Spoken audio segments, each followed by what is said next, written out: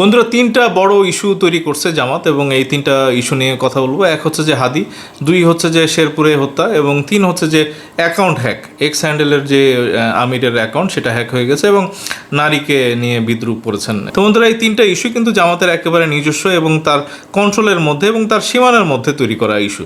হাদির মধ্যে যে আমরা দেখছি, হাদিরকে যে ফয়সাল কিলার ছিল তাকে তার দলের মধ্যে মানে কে ঢুকেছে, তার পাশে নিয়ে গেছে কে, এটা অবশ্যই তার ঘরের একটা আঙ্গিনার একটা ব্যাপার আর কি। মানে আমার ঘরের মধ্যে এসে আমাকে যদি কেউ মেরে দিয়ে যায়, এবং যে মারলো সে হচ্ছে যে আমার অতিথি, আমার মানে ঘরের মানে প্রিয় মানুষ আর কি, তাকে ডেকে আত্মীয় মনে করে আমি ঘরের মধ্যে নিয়ে তাকে রাখছি, খাওয়াইছি, পড়াইছি, এবং সে আমাকে মেরে চলে গেছে।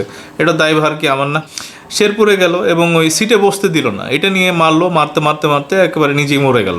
এবং তারপরে মানে জামাতের আমিরের কান্নাকাটি, মানে এই যে ভিকটিম কার্ড খেলা হইলো আর কি।